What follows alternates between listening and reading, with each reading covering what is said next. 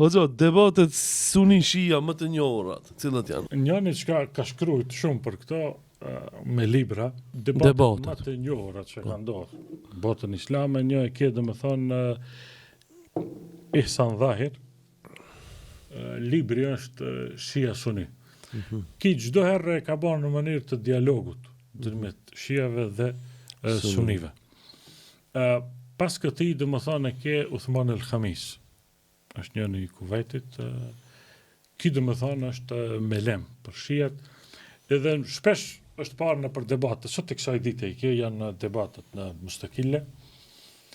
Debate themi me muj.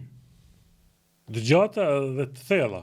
Do të thonë njeriu dënjerë vetëm ai çka e dëshiron atë çështjen akademike, ai mund të kesë sabër të dëgjojë. Ndërsa tek njerëzit e thjesht kjo vjen pak e rëndë për kuptim. Është domethënë Uthman el-Khamis edhe i diti çka është njëri prej nxënësve të Sheh Albanit Rahimullah, mendoj që është gjallë, la Adnan el-Arura. Po, Adnan el-Aruri, po. Ki ka pas domethënë debate të mëdha me këta. Dënjëherë është problematike sepse shife kur diskutojmë tek katër methebet Kurani, Suneti ke shumë lehet me atë.